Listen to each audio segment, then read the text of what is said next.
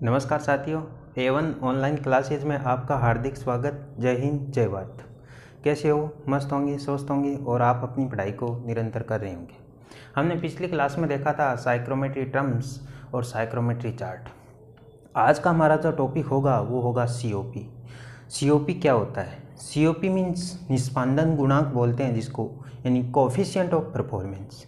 देखो COP क्या होता है। जो भी मेरे साथी assistant loco pilot, DRDO, ISRO और जो वर्तमान में ITI कर रखे हैं या डिप्लोमा डिग्री कर रखा है या कर रहे हैं, उनके लिए क्लास बहुत ही महत्वपूर्ण भूमिका अदा करने वाली। तो देखो COP कोफिशिएंट ऑफ परफॉर्मेंस, जिसको बोलते हैं अपन निस्पंदन गुणांक। हिंदी में क्या बोलते हैं? निस्पंदन गुणांक। निस्पंदन गुणांक क्या होता है? देखो COP को समझने के लिए आप ये देखो कि COP है वो दो ऊष्माओं का अनुपात है। यानी इसका फॉर्मूला क्या होता है? COP मीन्स होता है, देखो मैं लिख देता हूँ यहाँ पर। COP क्या होता है?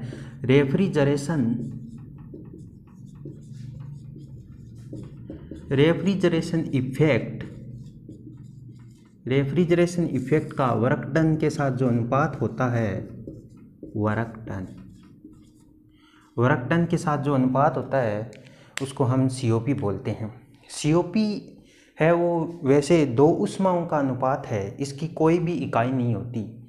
तो रेफ्रिजरेशन इफेक्ट यानी जो प्रशीतन प्रभाव, इसको अपन बोल सकते हैं प्रशीतन प्रभाव का जो अपना प्रशीतन प्रभाव होता है, प्रशीतन प्रभाव किया गया कार्य के साथ जो अनुपात होता है उसको अपन बोलते हैं COP। किया गया कार्य, प्रशीतन प्रभाव का जो किया गया कार्य के साथ जो अनुपात होता है उसको अपन COP बोलते हैं। तो ये प्रशीतन क्या होता है? प्रशीतन आप जानते हैं, जैसे ये अपना कोई रूम्स है, ये अपना रूम है, एटमॉस्फेयर की तुलना में इस रूम का टेम्परेचर को कम बनाए बनाने के लिए जिस विधि का उपयोग करता हूँ उसको प्रशीतन बोलते हैं। प्रशीतन, रेफ्रिजरेशन। एक होता है रेफ्रिजरेशन, एक होता है रेफ्रिजरेटर और एक होता है रेफ्रिजरेंट। तीनों में डिफरेंस है। देखो रेफ्रिजरेंट अपन जो गैस होती है उसको बोलते हैं रेफ्रिजरेंट, यानी वो एक गैस है। प्रशीतन क्या है? एक विधि है, एक प्रोसेस है। और रेफ्रिजरेटर क्या है? एक निकाय है, एक सिस्टम है। तो प्रशीतन तो देख लिया अपन। प्रशीतन प्रभाव क्या होता है? यानी निश्चित समय अवधि या दी गई समय अवधि में किसी निकाय द्वारा एक्सट्रेट अर्थात उत्पन्न शीतलन दर को हम बोलते हैं प्रशीतन प्रभाव। यानी इसकी जो परिभाषा होती है प्रशीतन प्रभाव की, ये क्या होती है? देखो प्रशीतन प्रभाव, यहाँ लिखता हूँ प्रशीतन प्रभाव। रेफ्रिजरेशन इफेक्ट होता है, इसकी परिभाषा क्या होती है? प्रशीतन प्रभाव दी गई समय अवधि या निश्चित समय अवधि में, निश्चित समय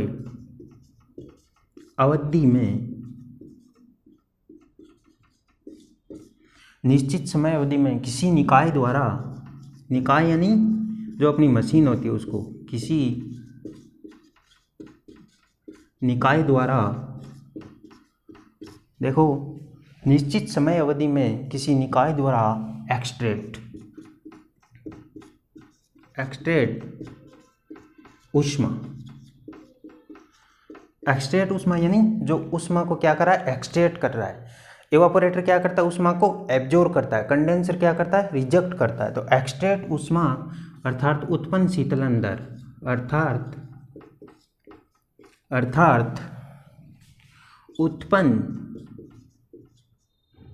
शीतलन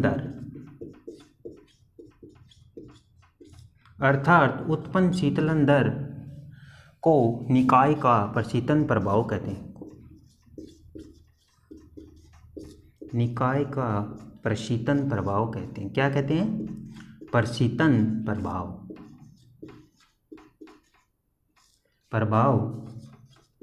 कहते हैं।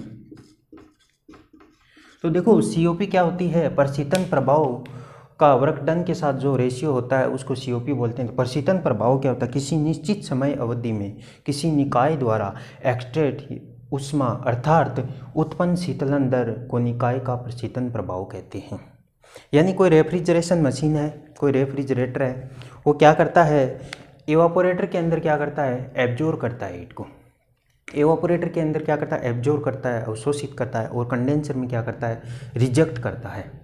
तो उत्पन्न शीतलन दर कहाँ होती है? इवापोरेटर के अंदर होती है। यानी रूम्स की जो ऊष्मा है वो क्या होती है, एक्सट्रेट करता है, एक्सट्रेट होती है मशीन द्वारा। तो प्रशीतन प्रभाव है, इसकी डेफिनेशन ये है।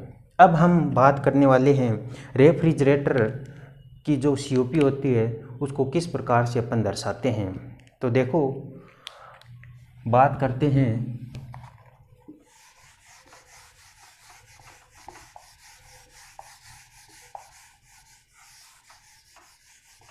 देखो, समझने की कोशिश करना दोस्तों। इस टॉपिक से बहुत ही क्वेश्चन आते हैं एग्जाम में और बहुत ही महत्वपूर्ण है। रेफ्रिजरेशन इफेक्ट का जो वर्क डन के साथ जो अनुपात होता है उसको ही अपन क्या बोलते हैं, COP। तो देखो, रेफ्रिजरेशन इफेक्ट क्या है, एक ऊष्मा है, इसको अपन देखो COP बराबर Q से दर्शा दिया और वर्क डन को W से।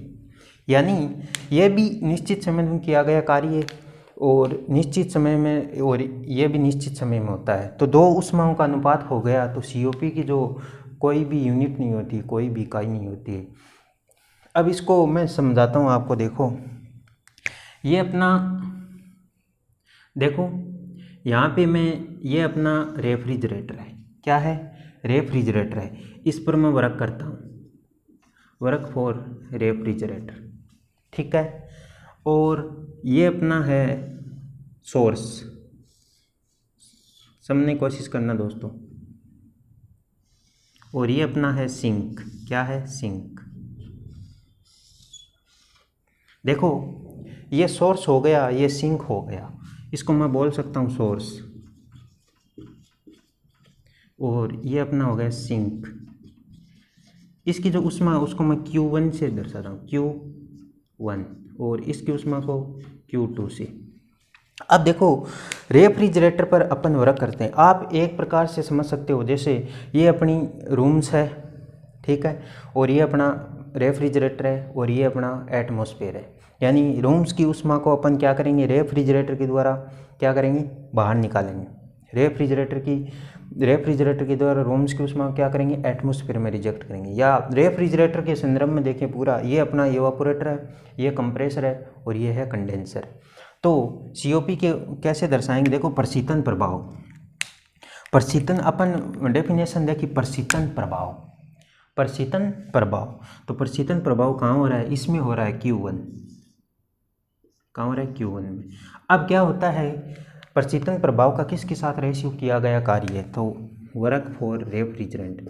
अब वर्क फॉर रेफ्रिजरेंट को मैं ऐसे भी तो लिख सकता हूँ। देखो, ये Q2 क्या है? Q2 है Q1 + WR। क्यों? क्योंकि ये एब्जॉर्ब करता है और ये वर्क करता है, तब ये Q2 ऊष्मा आती है। तो इसको अपन ऐसे भी लिख सकते हैं, WR को इधर रखा तो Q2 - Q1। तो वर्क फॉर रेफ्रिजरेंट को ऐसे भी तो लिख सकता हूँ, Q1 का रेशियो होता है Q2 - Q1। ये होता है अपना रेफ्रिजरेंट। जो रेफ्रिजरेशन मशीन है उसकी COP को ऐसे डिनोट करते हैं। Q1 का जो रेशियो होता है Q2 - Q1। समझ में आई बात? देखो, समझने की कोशिश करो। सोर्स है, स्रोत है, जो बहुत बड़ा साधन है ऊष्मा का, ये सिंक है। एक प्रकार से मान सकते हो, ये रूम्स है, ये अपना रेफ्रिजरेटर है, और ये एटमॉस्फेयर है। इस रूम से हीट को रेफ्रिजरेटर जब वर्क करता है तो इस रूम से हीट को लेता है और एटमॉस्फेयर में रिजेक्ट करता है। तो प्रशीतन प्रभाव कहाँ हो रहा है? इसमें हो रहा है। तो प्रशीतन प्रभाव की ऊष्मा क्या है? Q1। और वर्क कौन कर रहा है? रेफ्रिजरेटर कर रहा है। तो वर्क फॉर रेफ्रिजरेटर, तो अपन इसको वर्क फॉर रेफ्रिजरेटर को ऐसे भी डिनोट कर सकते हैं, क्योंकि Q2 जो ऊष्मा होगी वो Q1 + WR। तो जो वर्क फॉर रेफ्रिजरेंट होगा वो क्या होगा, रेफ्रिजरेटर होगा वो क्या होगा, Q2 - Q1। आई बात समझ में? अब टेम्परेचर के संदर्भ में देखूं मैं, इसकी जो COP होती है वो टेम्परेचर के संदर्भ में कैसी आती है। तो देखो, इसको मैं T1 से डिनोट कर सकता हूँ। क्या दर्शाता हूँ, T1 टेम्परेचर 1 और इसको T2। तो वही बात COP की, देखो यहाँ लिख देता हूँ, यहाँ पर लिखता हूँ। तो इसका क्या होगा, T1 का जो रेशियो होगा, T1 का जो रेशियो होगा वो T2 minus T1, T2 minus T1।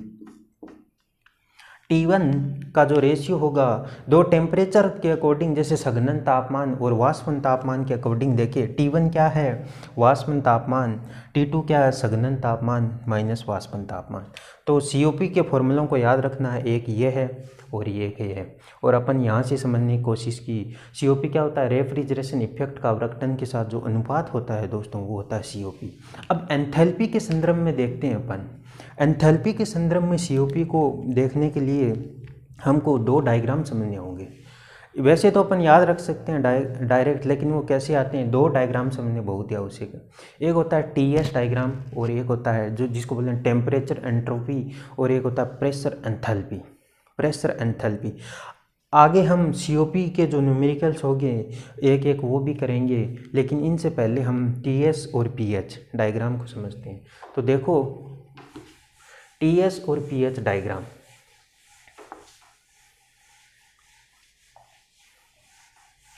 दोस्तों यदि आपको हमारी क्लास, हमारा कंटेंट अच्छा लग रहा है तो आप प्लीज़ अपने दोस्तों के साथ शेयर करिए और अपनी पढ़ाई के साथ ज़िंदगी को एंजॉय लीजिए, मस्त रहिए, स्वस्थ रहिए।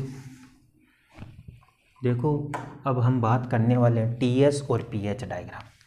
मैंने पीछे की क्लास में VCR vapour compression refrigerant cycle पढ़ाया, उसमें 4 क्रिया ही होती है, एक कंप्रेशन होता है, एक कंडेंसेशन होता है, एक इवापोरेशन होता है और एक एक्सपेंशन होता है। एक बार नॉर्मली देखो यहाँ पर, ये अपना कंप्रेसर है, क्या है, कंप्रेसर, ये अपना है कंप्रेसर, ठीक है। कंप्रेसर से क्या होता है, ये जो डिलीवरी लाइन खुलती है वो जाती है कंडेंसर में। इसको रेड से दर्शा देता हूँ क्योंकि हाई प्रेशर साइड है। क्या है भाई, high pressure side. Low pressure high pressure तो जानते ही होंगे, VCR पढ़ा होगा ढंग से, नहीं पढ़ा है तो अपनी क्लास देख लो, अच्छी तरह समझ में आ जाएगा। तो देखो ये अपना है हाई प्रेशर साइड, जिसको बोलते हैं डिस्चार्ज लाइन, ठीक है।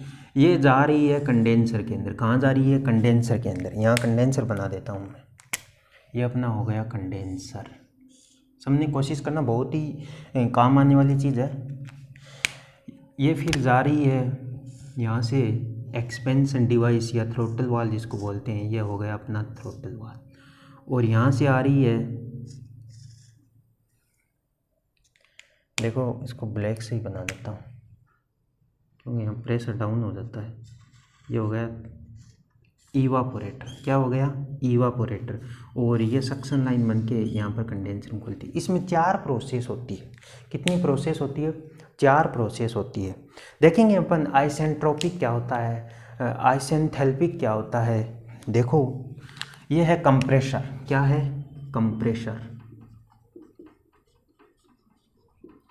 कंप्रेसर। ये क्या है, कंडेंसर, कंडेंसर। ये क्या है, एक्सपेंशन डिवाइस, क्या है, एक्सपेंशन डिवाइस, एक्सपेंशन। और ये क्या है, इवापोरेटर, ठीक है। आई बात समझ में इतनी, कंप्रेसर, कंडेंसर, एक्सपेंशन डिवाइस और इवापोरेटर। तो इसमें क्या क्या सिस्टम होता है, देखो देखो साथियों, इसमें क्या क्या प्रोसेसिंग होती है, क्या क्या सिस्टम होता है। अपन जानते हैं डिस्चार्ज लाइन में हाई प्रेशर और हाई टेम्परेचर, हाई प्रेशर और हाई टेम्परेचर, यानी प्रेशर भी हाई और टेम्परेचर भी हाई। कंप्रेसर क्या करता है, लो प्रेशर और लो टेम्परेचर की जो सैचुरेटेड वेपर आती है उसको हाई प्रेशर और हाई टेम्परेचर की सुपर हीटेड वेपर में कन्वर्ट करता है। और कंडेंसर क्या करता है, इसको वेपर रेफ्रिजरेंट को लिक्विड में कन्वर्ट करता है। तो यहाँ पर हाई प्रेशर की क्या होगी, लिक्विड रेफ्रिजरेंट, और ये क्या करता है आगे लो प्रेशर और लो टेम्परेचर कि वेपर एक्सपेंशन डिवाइस।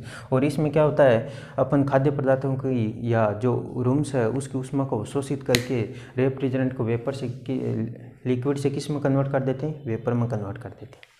तो अब देखो इसको मैं दे देता हूँ H, यहाँ पर 1 नंबर, जो सक्शन का इनपुट है इसको 1 नंबर, इसको 2 नंबर दे देता हूँ, इसको 3 नंबर दे देता हूँ और यहाँ पर 4 नंबर दे देता हूँ। यहाँ पर जो हीट होगी, जो एंथैल्पी होगी, उसको मैं H1 से डिनोट करता हूँ, इसको H2 से डिनोट करता हूँ, इसको H3 से डिनोट करता हूँ और इसको H4 से डिनोट। अब देखो मुझे ये बताओ आप, H1 की एंथैल्पी ज़्यादा है या H2 की एंथैल्पी ज़्यादा है? तो अपन जानते हैं H2 बड़ा है, H2 ग्रेटर देन H1, यानी इसकी एंथैल्पी ज़्यादा है क्योंकि ये सुपर हीटेड वेपर। कंप्रेसर क्या करता है, प्रेशर और टेम्परेचर को बढ़ा देता है। तो H2 ग्रेटर देन H1, यानी H2 बड़ा है H1 से।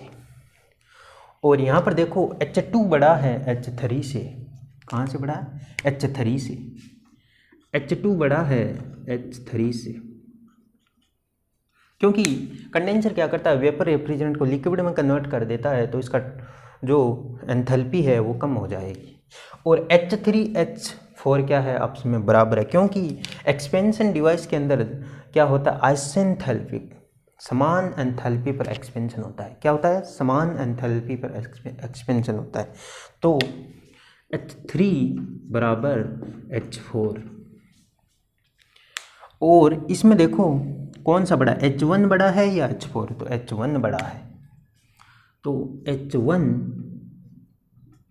बड़ा है H4 से।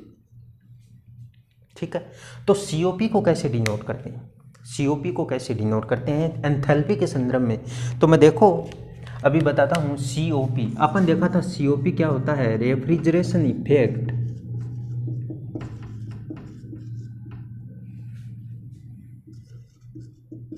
रेफ्रिजरेशन इफेक्ट का जो वर्क डन के साथ जो अनुपात होता है उसको बोलते हैं अपन COP।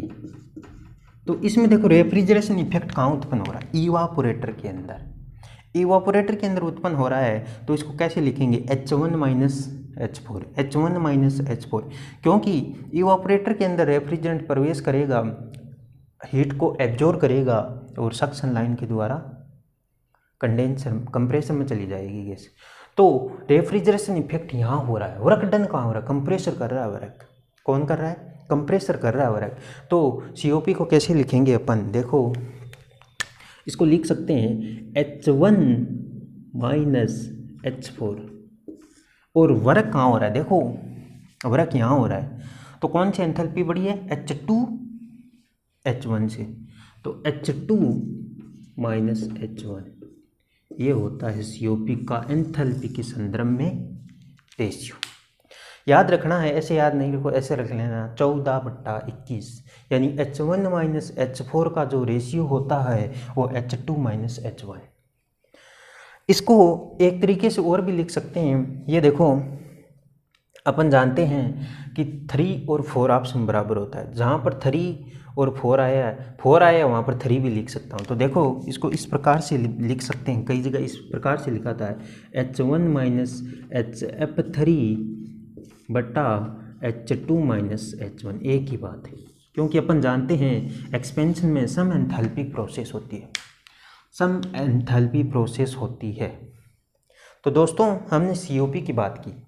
रेफ्रिजरेशन इफेक्ट का जो वर्कडन के साथ जो अनुपात होता है उसको बोलते हैं COP। रेफ्रिजरेशन इफेक्ट क्या होता है, निश्चित समयावधि में जो एक्सट्रेट उसमें अर्थात उत्पन्न शीतलन दर होती है उसको अपन बोलते हैं प्रशीतन प्रभाव या रेफ्रिजरेशन इफेक्ट। उसका जो वर्कडन के साथ जो अनुपात होता है उसको बोलते हैं COP।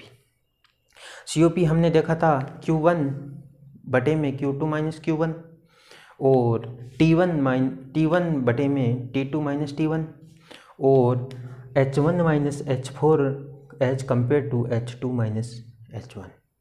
तो COP को याद रखना है, रेफ्रिजरेटर की COP। अब मैं आपको TS और PS डायग्राम भी इसके अकॉर्डिंग समझा देता हूँ क्या होता है TS और PS। जो अपन डायग्राम समझ रहे हैं ये है जब कंप्रेशन के बाद रेफ्रिजरेंट है वो सुपर हीटेड की फॉर्म, किस फॉर्म हो, सुपर हीटेड। यहाँ पर जानते हो सुपर हीटेड फॉर्म आता है, यहाँ पर क्या होता है सेचुरेटेड हो जाती है वापस, और यहाँ पर क्या है सेचुरेटेड वेपर रेफ्रिजरेंट। तो देखो टीएस और पीएच डायग्राम को समझते हैं, टीएस और पीएच डायग्राम। जो अपनी नेक्स्ट क्लास होगी उसमें अपन सीओपी के जो न्यूमेरिकल्स है वो भी करेंगे, लेकिन टीएस और पीएच डायग्राम को देख लो थोड़ा। तो इसमें 4 प्रोसेस होती है। कौन सी प्रोसेस होती है? 4 प्रोसेस। 1 नंबर प्रोसेस होती है वो कंप्रेशन। कंप्रेशन के अंदर क्या होता है देखो, आइसेंट्रोपिक कंप्रेशन होता है, सम एंट्रोपी। इसमें क्या होता है? सम एंट्रोपी। तो याद रखना है इसमें क्या, कौन सी प्रोसेस होती है? सम एंट्रोपी। आइजेंट्रोपिक प्रोसेस या कंप्रेशन बोल सकते हो। कंप्रेशन, आइजेंट्रोपिक कंप्रेशन होता है। देखो कंडेंसर के अंदर प्रेशर कांस्टेंट रहता है और इवापोरेटर में भी प्रेशर क्या होता है? कांस्टेंट रहता है। इसमें देखो हीट को रिजेक्ट किया जाता है और इसमें हीट को एब्जॉर्ब किया जाता है। तो साथियों इसमें प्रेशर है वो कांस्टेंट रहता है और इसमें भी प्रेशर है वो कांस्टेंट रहता है। तो जो कंडेंसेशन होगी उसमें क्या होगा अपना? कंडेंसेशन होता है आइसोबारिक यानी समान दाब पर होता है कंडेंसेशन। सघनन क्या होता है? समान दाब पर होता है। देखो कंप्रेशन को अपन क्या बोलते हैं? कंप्रेशन को बोलते हैं संपीड़न। क्या बोलते हैं?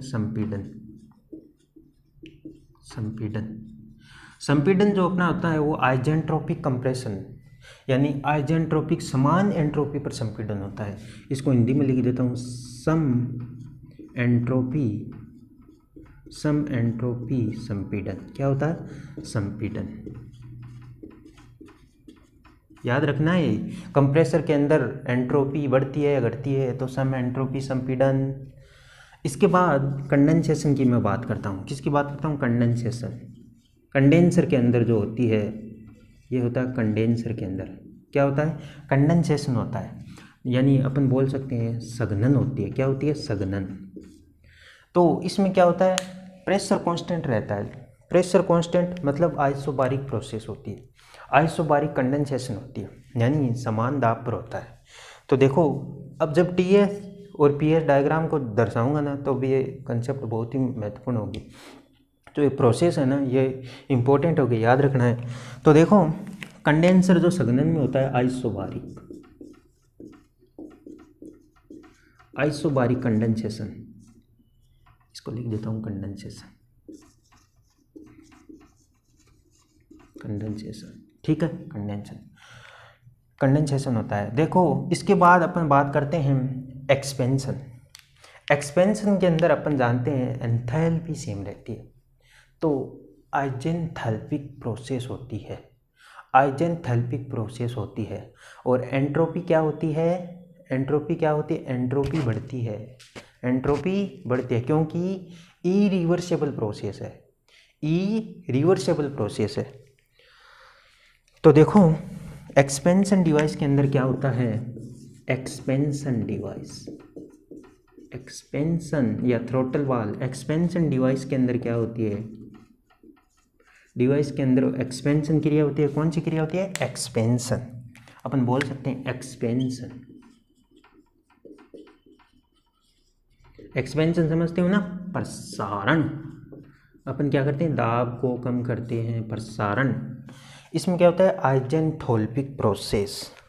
इसको मैं लिखता हूँ आइजेंथैल्पिक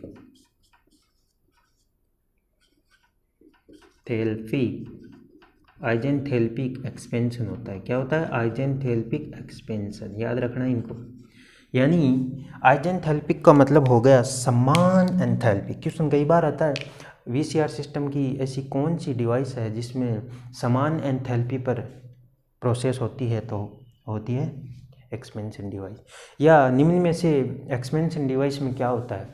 तो आइजेंथैल्पिक प्रोसेस होती है, यानी समान एंथैल्पी रहती है। समान या सम एंथैल्पी प्रोसेस बोल सकते हैं। एंथैल्पी, सम एंथैल्पी, एक्सपेंशन या प्रसारण।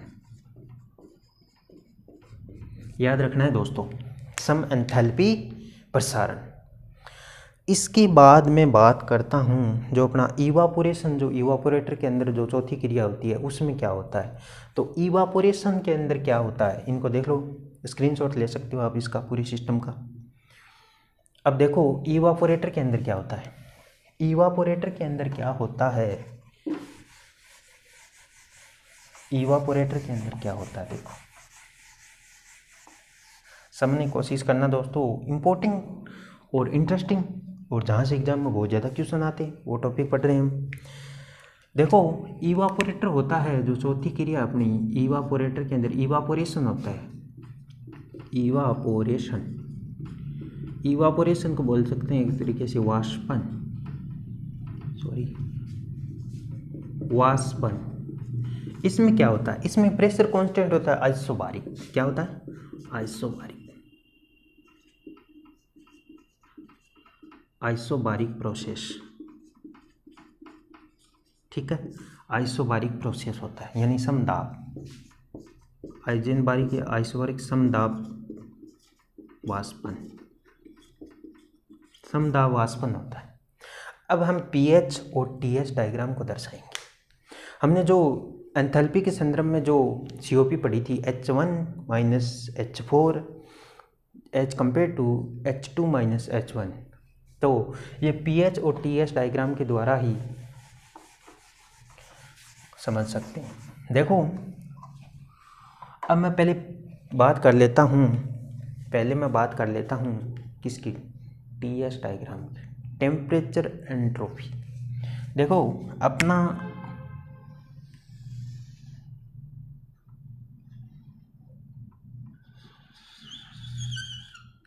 ये है x y x, तो T और S, इसमें जो इस प्रकार से होता है, ठीक है। जो सैचुरेटेड, देखो ये है क्रिटिकल पॉइंट, क्या है, क्रिटिकल पॉइंट है, क्रिटिकल पॉइंट है। ये वाली लाइन जो दिख रही है आपको लेफ्ट साइड में, क्रिटिकल पॉइंट से जो लेफ्ट साइड में ये है सैचुरेटेड, ये है सैचुरेटेड वेपर लाइन और यह है सैचुरेटेड लिक्विड लाइन। तो यह सैचुरेटेड लिक्विड लाइन यहाँ पर है सबकूल्ड रीजन यानी लिक्विड, और यहाँ पर है सुपर हीटेड वेपर, क्योंकि सैचुरेटेड वेपर लाइन है तो वेपर सुपर हीटेड वेपर, यह है सैचुरेटेड वेपर। बीच के अंदर लिक्विड प्लस वेपर का मिश्रण होता है, लिक्विड प्लस वेपर का मिश्रण होता है। तो अब डायग्राम को कैसे दर्शाएं, अपन जानते हैं क्या होता है, कंप्रेशन जो क्रिया होती है उसमें क्या होता है, आइजेंट्रोपिक प्रोसेस होती है, यानी आइजेंट्रोपिक प्रोसेस होती है। देखो इसको थोड़ा ऐसे दर्शाओ,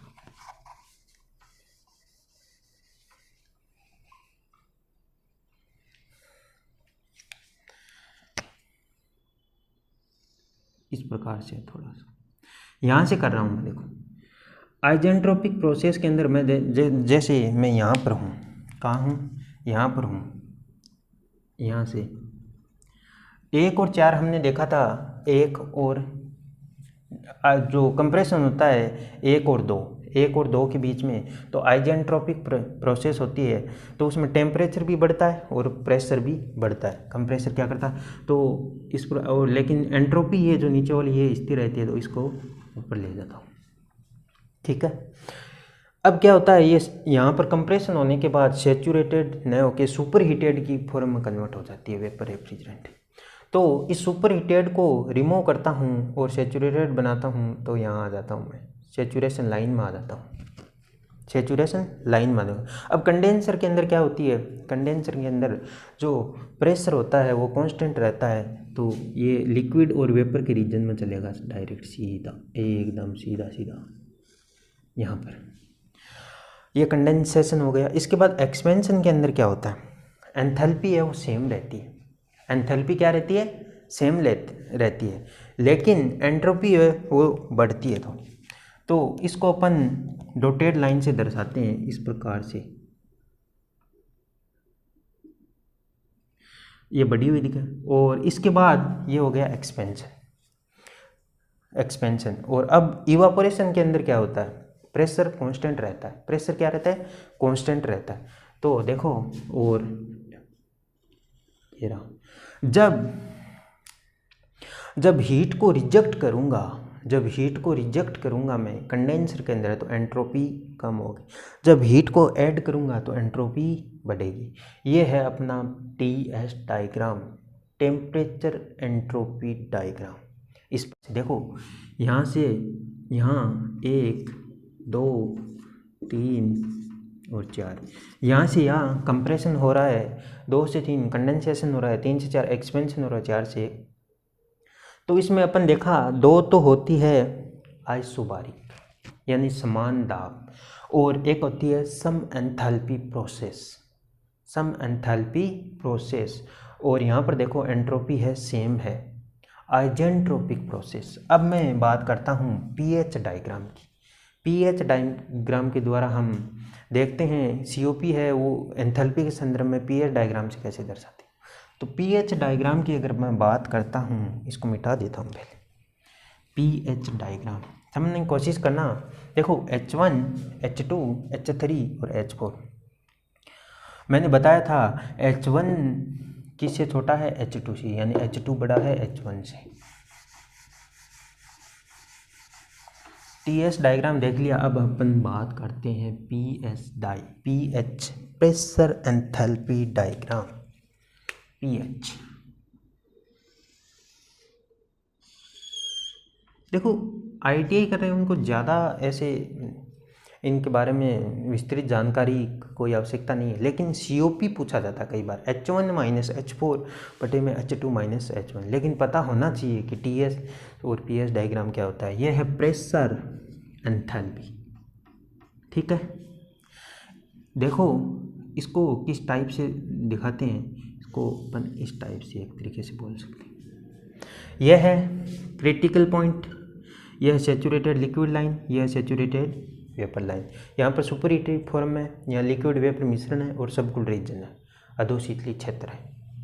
अब देखो मैं यहाँ पर हूँ, तो कंप्रेसर के अंदर क्या होता है आपको तो पता ही है। कंप्रेसर के अंदर क्या होता है, आइजेंट्रोपिक प्रोसेस होती है, आइजेंट्रोपिक प्रोसेस होती है। तो लेकिन एंथैल्पी तो बढ़ती है ना, तो इस टाइप से जाएंगे अपन यहाँ पर सैचुरेटेड के। और इसके बाद कंडेंसेशन में क्या होता है, कंडेंसेशन के अंदर प्रेशर कांस्टेंट होता है, तो कांस्टेंट प्रेशर के संदर्भ में यहाँ पे आ जाता हूँ। और एक्सपेंशन के अंदर क्या होता है, एंथैल्पी सेम रहती है, तो यहाँ पर आ जाता हूँ। और फिर इवापोरेशन के अंदर क्या होता है, इवापोरेशन प्रेशर कांस्टेंट रहता है, तो यहाँ पर आ जाओ। इस टाइप से दर्शाते हैं अपन। आई बात समझ में। तो हमने बात कर ली TS डायग्राम, PS डायग्राम और COP। एक बार फिर COP रेफ्रिजरेटर की रिवाइज कर देता हूँ। COP को अपन Q1 Q2 माइनस Q1, एक तो इससे दर्शाते हैं। Q1 प्रशीतन प्रभाव का अवरकड़न के साथ जो अनुपात होता है वो था। एक को दर्शाते हैं T1 बटा T2 माइनस T1।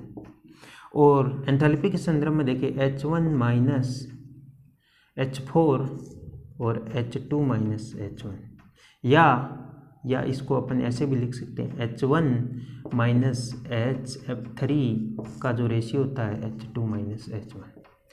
तो दोस्तों इनसे डायरेक्ट क्वेश्चन पूछे जाते हैं फॉर्मूले के।